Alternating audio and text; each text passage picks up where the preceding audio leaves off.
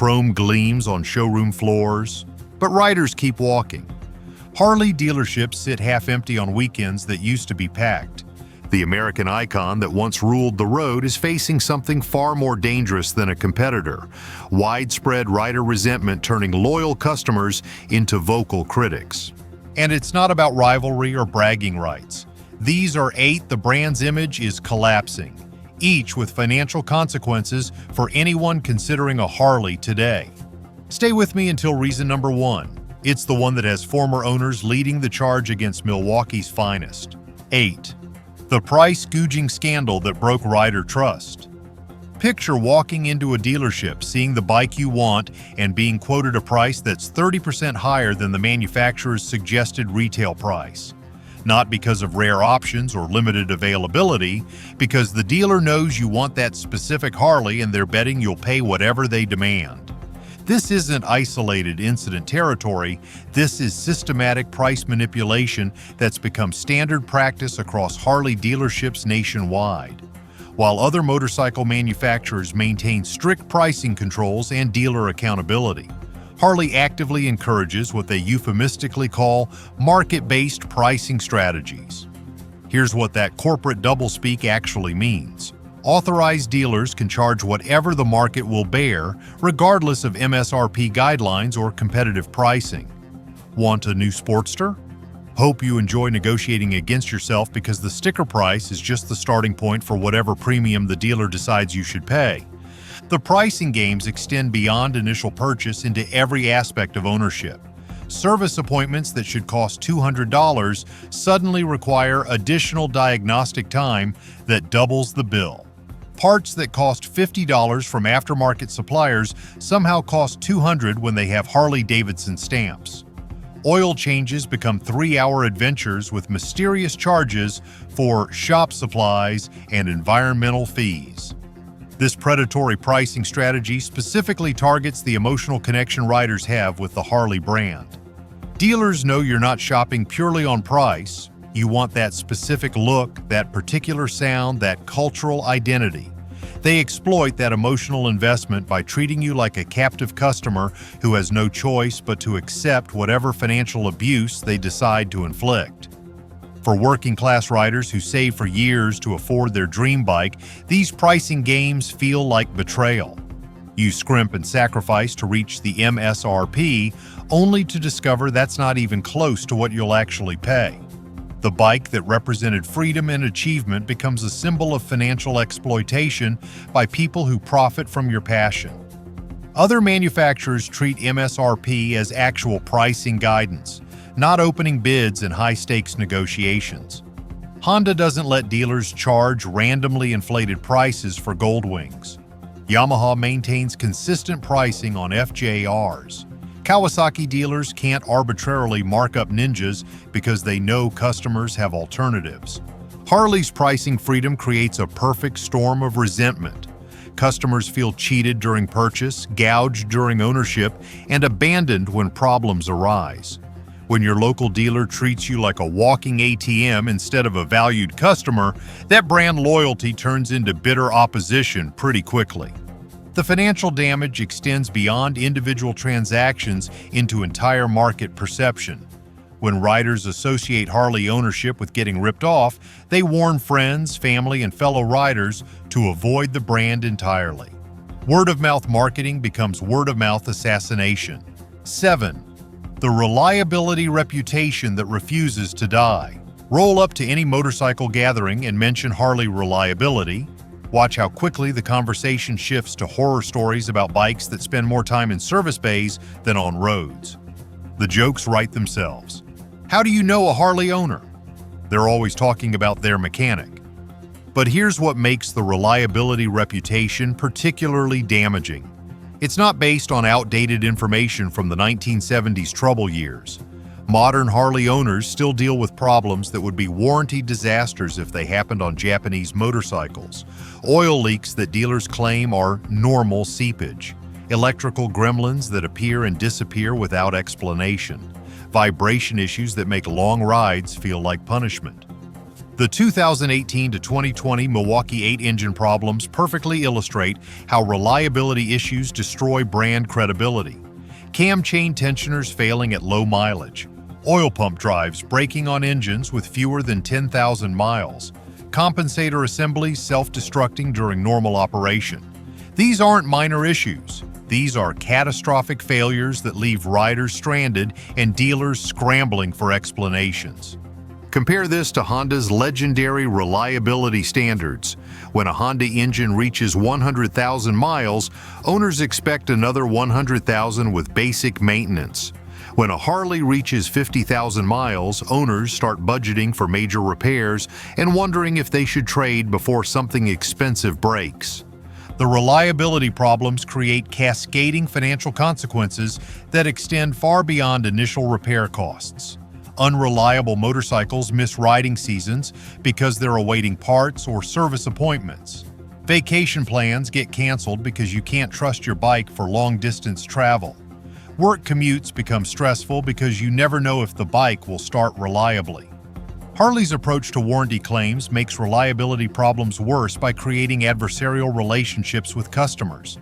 Dealers routinely deny warranty coverage for problems that clearly result from manufacturing defects. Oil leaks get blamed on rider error or normal break-in. Electrical problems become intermittent issues we cannot replicate.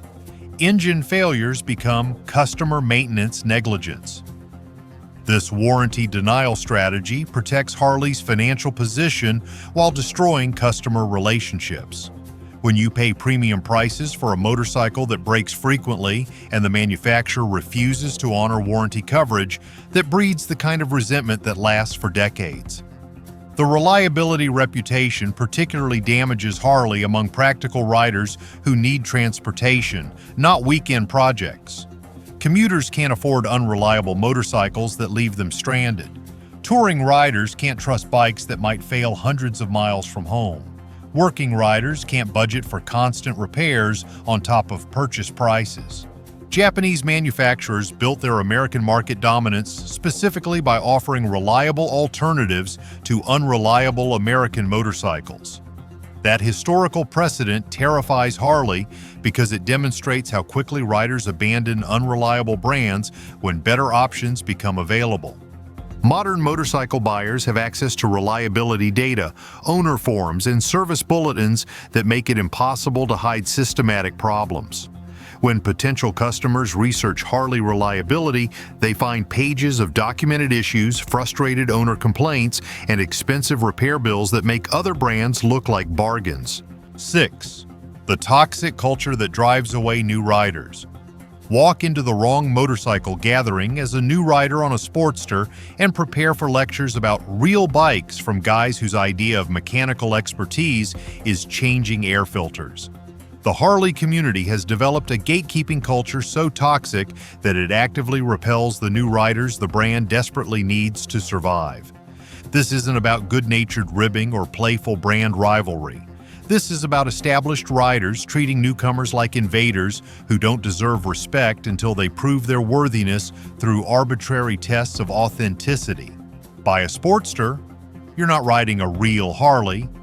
Choose a street series? You might as well be on a scooter. Show up on anything that wasn't hand-built in Milwaukee? Prepare for condescending explanations about what constitutes legitimate motorcycling. The loud pipe save lives mentality perfectly encapsulates this toxic gatekeeping.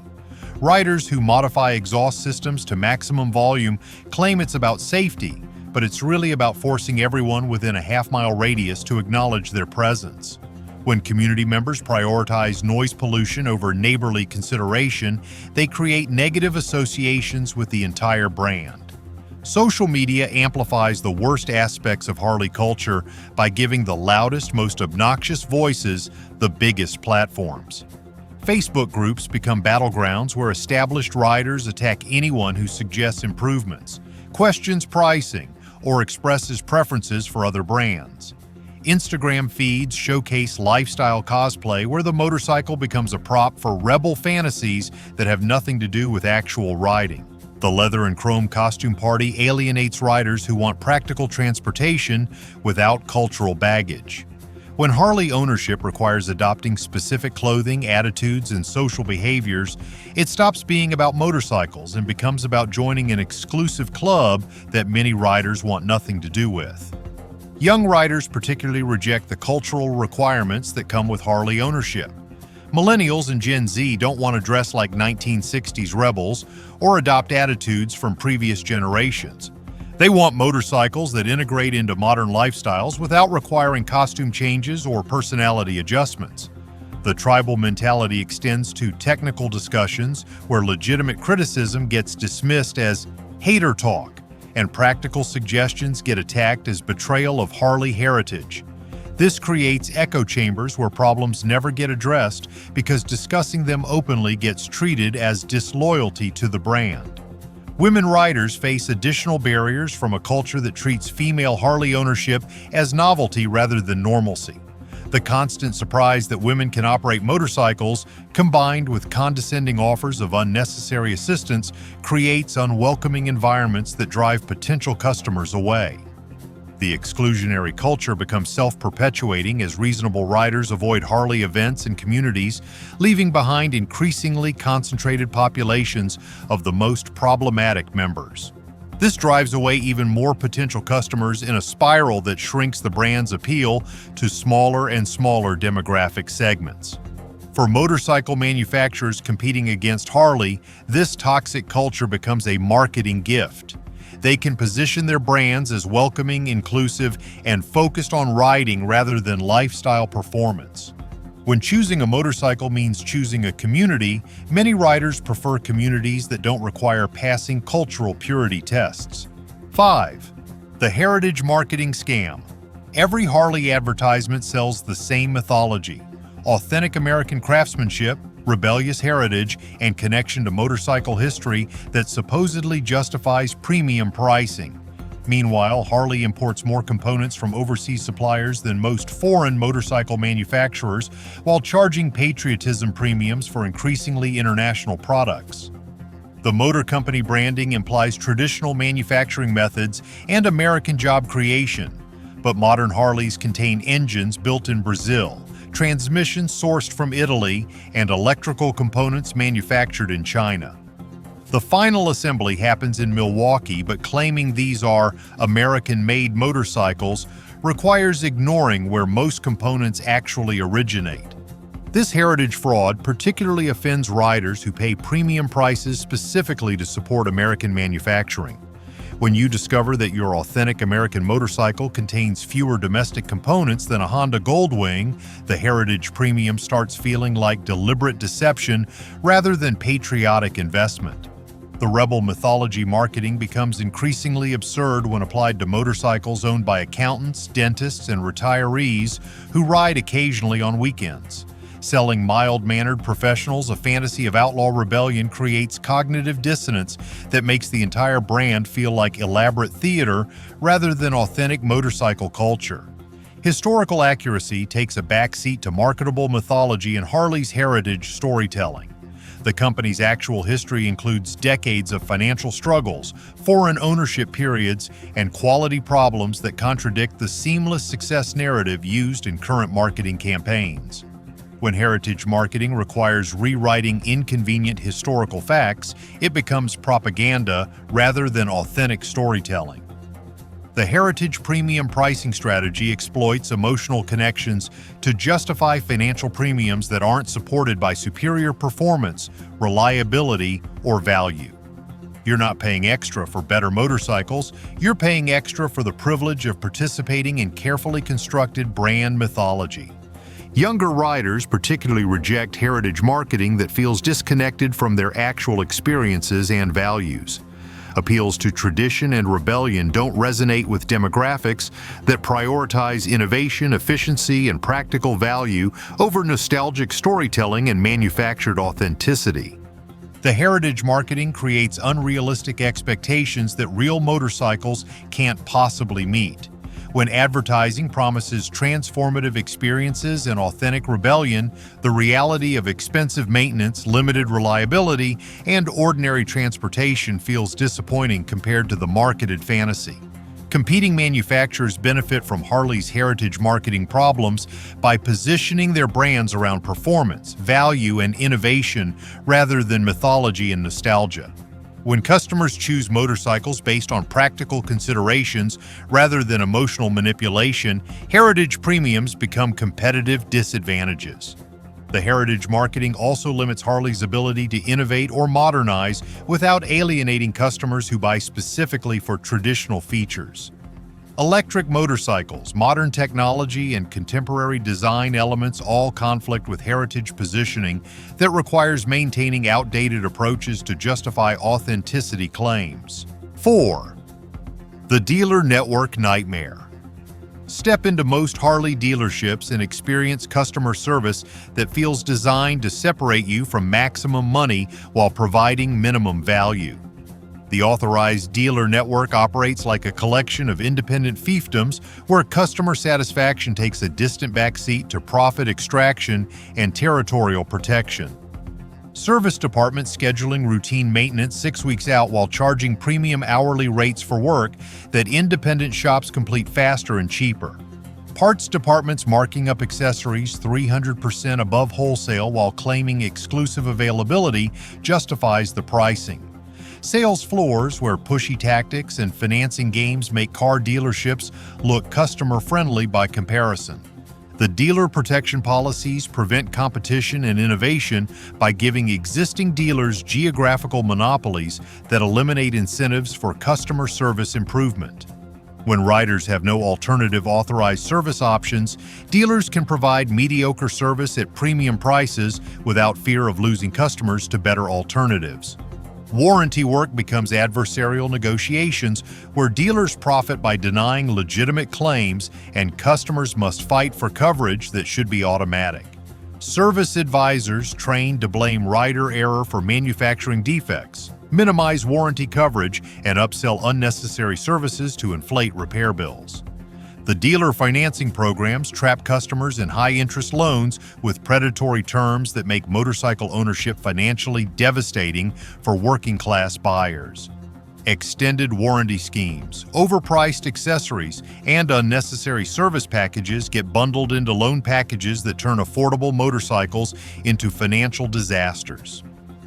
Independent shops often provide better Harley service than authorized dealers because they depend on customer satisfaction rather than territorial monopolies for business survival. Experienced independent mechanics who specialize in Harley repair typically charge less, work faster, and communicate more honestly than dealer service departments. The dealer network problems particularly affect touring riders who need reliable service availability across different geographical areas. Inconsistent service quality, varying pricing structures, and conflicting warranty interpretations make cross-country travel stressful when you depend on dealer network support. New riders get discouraged by dealer experiences that make motorcycle ownership feel like constant financial exploitation, when every interaction with authorized dealers involves surprise charges, delayed service, and aggressive upselling. Riders start looking for alternatives that treat customers with basic respect. The dealer network creates negative word-of-mouth marketing that damages Harley's reputation among potential customers. Riders share horror stories about dealer experiences, warn friends about specific locations, and recommend avoiding the brand entirely based on dealer network problems. Harley's dealer network problems extend beyond individual transactions into systematic issues that affect the entire ownership experience. When authorized service feels like customer abuse, even excellent motorcycles become associated with negative ownership experiences that drive riders toward competing brands. 3. The performance pretense.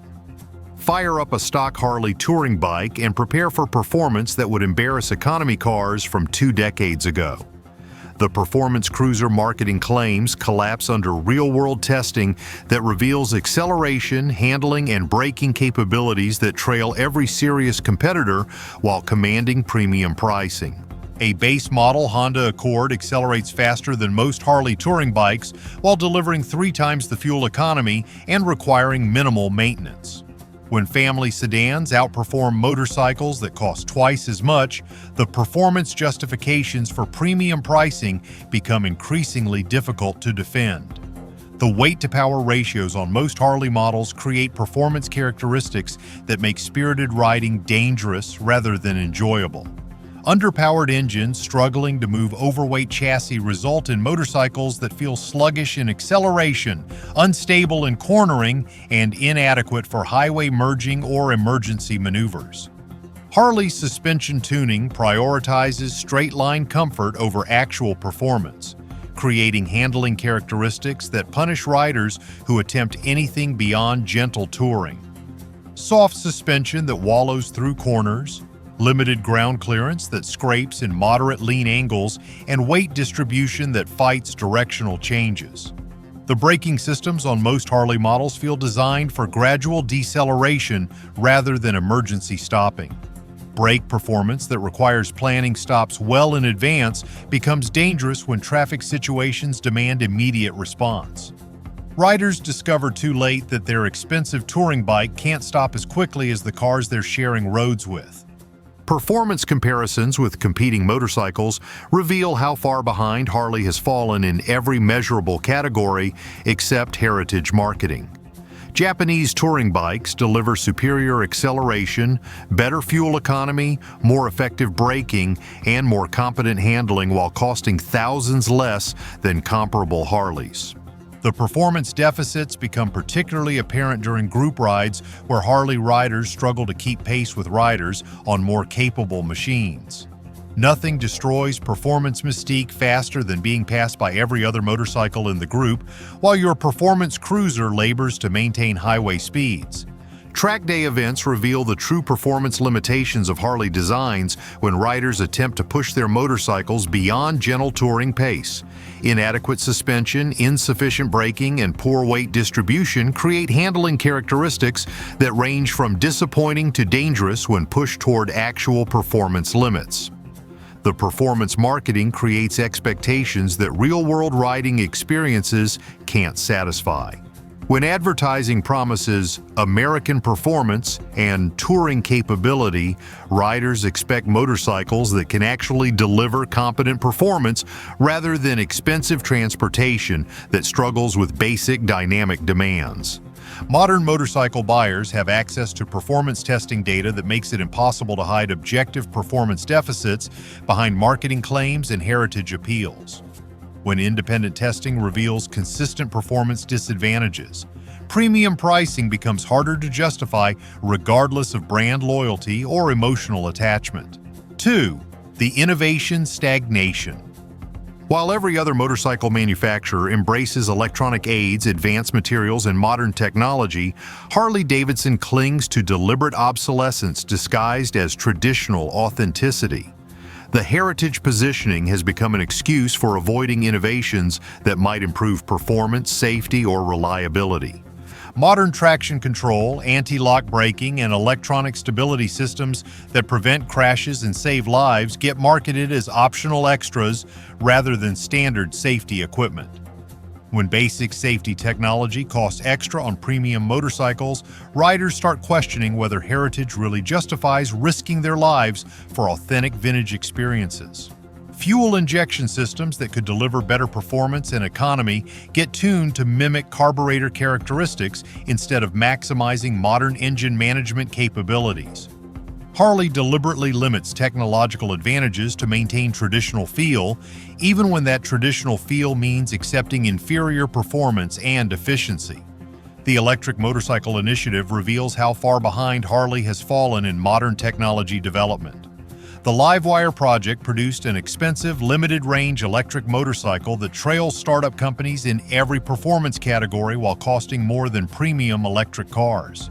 Smartphone integration, GPS navigation, and connectivity features that enhance modern motorcycle touring get treated as afterthoughts rather than integral design elements. When aftermarket companies provide better technology integration than factory systems, riders start questioning what value the manufacturer actually provides. Suspension technology that could improve comfort and handling gets ignored in favor of maintaining traditional designs that prioritize appearance over performance. Modern motorcycle suspension systems offer adjustability and capability that would transform Harley handling characteristics, but heritage positioning prevents adopting superior technology. Engine technology advances that could deliver better reliability, performance, and efficiency get rejected when they conflict with traditional appearance or sound expectations. Harley chooses heritage authenticity over technological advancement, even when advancement would solve persistent reliability and performance problems. The innovation stagnation particularly affects Harley's competitiveness among younger riders who expect modern technology integration and contemporary performance capabilities. When your smartphone has more computing power than your motorcycle, the heritage appeal starts feeling more like technological backwardness. Competing manufacturers use Harley's innovation resistance as competitive advantages by offering modern technology, superior performance, and contemporary features at lower prices. When customers can buy more advanced motorcycles for less money, heritage premiums become increasingly difficult to justify. The deliberate obsolescence strategy limits Harley's ability to attract riders who prioritize performance, safety, and technology over traditional aesthetics and vintage experiences. As motorcycle technology advances, Harley's heritage positioning becomes an increasingly expensive way to buy deliberately outdated transportation. 1. The reckoning Harley can't escape. Here's what every rider needs to understand about the Harley hatred phenomenon. It's not about jealousy, brand tribalism, or Japanese bike fanboys looking for reasons to criticize. The hatred stems from legitimate grievances that Harley created through decades of prioritizing profit extraction over customer satisfaction. When you combine predatory pricing with unreliable products, wrap them in toxic community culture, market them through heritage mythology, support them with adversarial dealer networks, deliver disappointing performance, and resist technological innovation, you create the perfect storm of customer resentment that generates passionate hatred. The tragedy is that Harley Davidson could address every single one of these problems if management prioritized long-term brand health over short-term profit maximization. Fair pricing, improved reliability, welcoming culture, honest marketing, customer-focused dealers, competitive performance, and modern innovation would transform brand perception within a single product generation. But addressing these problems requires admitting they exist, and Harley's heritage positioning makes acknowledging problems feel like betraying authenticity. When your brand identity depends on claiming perfection, admitting flaws becomes existential crisis rather than business improvement opportunity. For current Harley owners, understand that the hatred isn't personal attack on your choices. It's frustration with a company that could build amazing motorcycles but chooses not to. For potential buyers, recognize that the problems are real, widespread, and unlikely to improve without fundamental changes in corporate priorities. The motorcycle industry benefits when all manufacturers build excellent products and compete on merit rather than marketing manipulation. Harley's problems hurt the entire industry by creating negative associations with American manufacturing and premium motorcycle ownership. The hatred will continue until Harley decides that building excellent motorcycles matters more than extracting maximum profit from heritage mythology. Until then, every dissatisfied customer becomes another voice in the growing chorus of riders who warn others to look elsewhere for reliable, fairly priced, high-performance motorcycles. If you found this analysis helpful, subscribe for more honest motorcycle industry coverage that cuts through marketing noise to examine what really matters for riders. Next week, we're investigating why Indian Motorcycle is succeeding where Harley struggles and how smart corporate strategies can rebuild American motorcycle credibility. The hatred exists for valid reasons, but it doesn't have to be permanent. Harley Davidson has the resources, talent, and heritage to build motorcycles that riders love rather than tolerate. The question is whether they'll choose customer satisfaction over profit maximization before it's too late to matter.